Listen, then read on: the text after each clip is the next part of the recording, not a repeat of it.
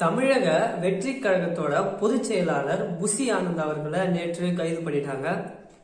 இன்னைக்கு நாம் தமிழர் கட்சியினோட ஒருங்கிணைப்பாளர் சீமான் அவர்களை இன்னைக்கு கைது பண்ணியிருக்காங்க.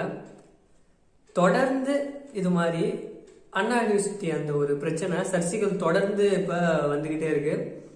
இவங்க 2 பேரை கைது பண்ற அளவுக்கு என்னதான் அப்படி நடந்தது அப்படின்னு சொல்லிட்டு இந்த வீடியோல நம்ம டீட்டெயிலா பார்ப்போம். அதுக்கு முன்ன நீங்க இன்னும் நம்ம சேனலை சப்ஸ்கிரைப் பண்ணலாம், சப்ஸ்கிரைப் பண்ணிடுங்க. இது தமிழக வெற்றி கழகத்தோட தலைவர் விஜய் அவர்கிட்ட இருந்து பாத்தீங்கன்னா ஒரு அறிக்கை வெளியாகுது. அவரு கைப்பட எழுதின ஒரு அறிக்கை ஒண்ணு வெளியாகுது.